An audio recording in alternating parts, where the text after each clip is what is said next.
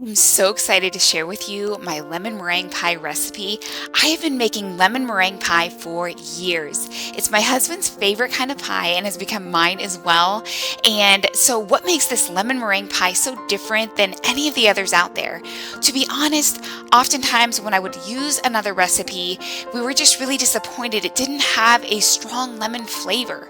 So, we really wanted to make the lemon flavor, for lack of a better description, sing or shine in the lemon meringue pie while also still being balanced by a good level of sweetness. So that's what I'm sharing with you here today. And we're going to dive right into making our crust here. My favorite crust is the Trim Healthy Mama recipe in the Trim Healthy Mama table, page 410. It is the pumpkin silk squares. It is the crust they use with those. I just love that crust, the flavor, the texture. And so that's what I often use for my lemon meringue pie. However, for those of you who don't want specialty ingredients or a bunch of ingredients for your crust, I have put together a simple almond flour crust recipe. You can find that in the description box below, along with the entire lemon meringue pie recipe.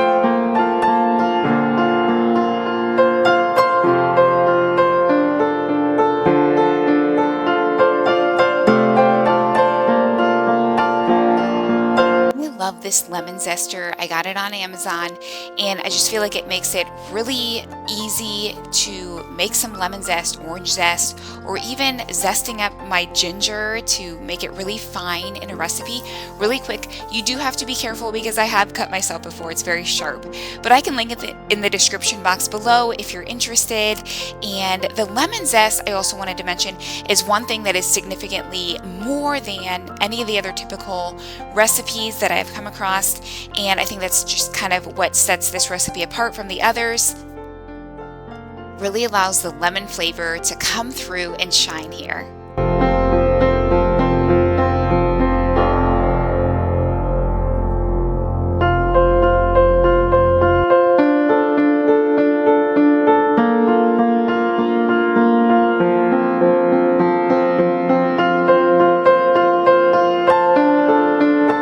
This is the simplest and easiest way I have found to extract the lemon juice is just using a strainer so I don't have to worry about the seeds, and then a knife, just really, and twisting a knife in there just really gets all of the juice out there quickly for me.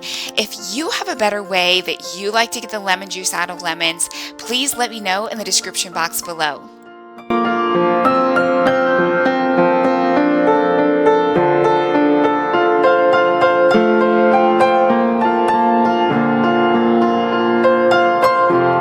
Water is boiling, you want to remove it from the heat and slowly whisk in your egg yolks one by one as you can. And again, just following the recipe is really important for the order of how you're doing things to really get a good lemon filling consistency.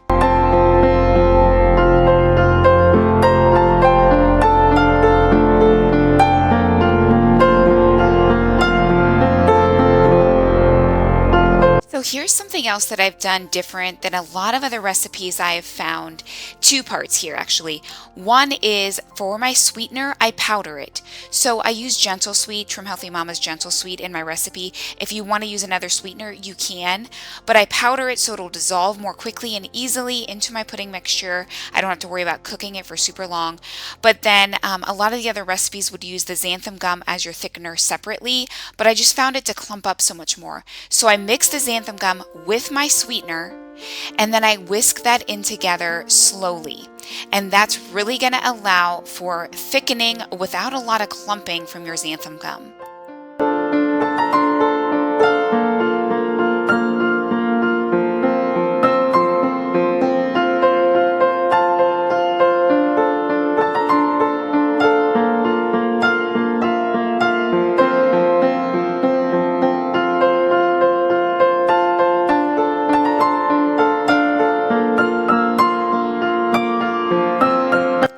At the very end here then, I'll add in my lemon juice just to keep it added in at the end to keep its bright, fresh flavor as much as possible without cooking it down too much.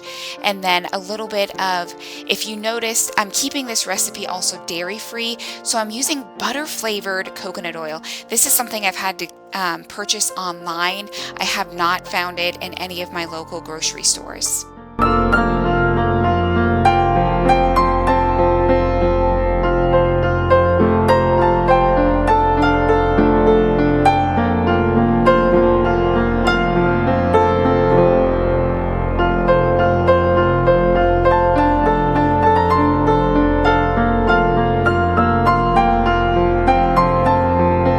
Quickly wanted to show you here on purpose the brand of my standing aid mixer. It's a Sunbeam.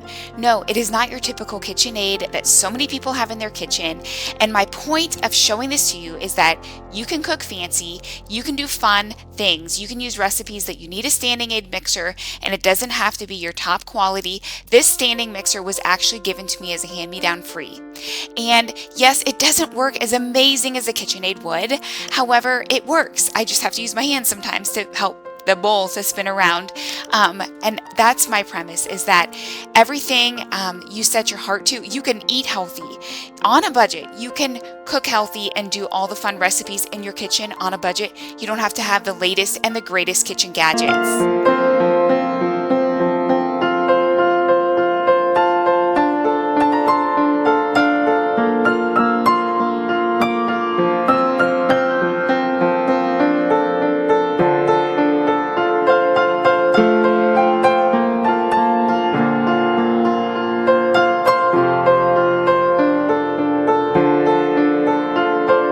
One thing that I've noticed with making lemon meringue pie over the years is to put spots of the meringue around the top of the pie, not just blopping it all in the middle.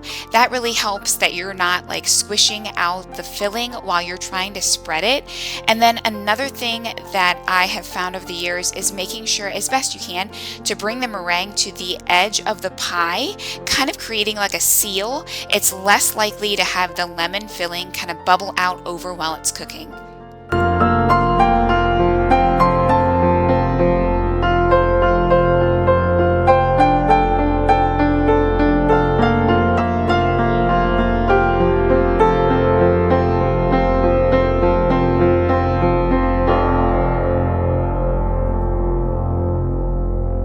Cutting the pie is just not my specialty. It's not something I'm super good at, but I just wanted to cut open a slice just to let you see what the center of the pie looks like here.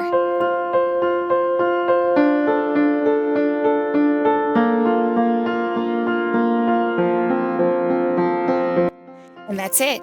I hope that you guys enjoy this recipe. I hope that you make it, and if you do, please leave a comment in the comment section below.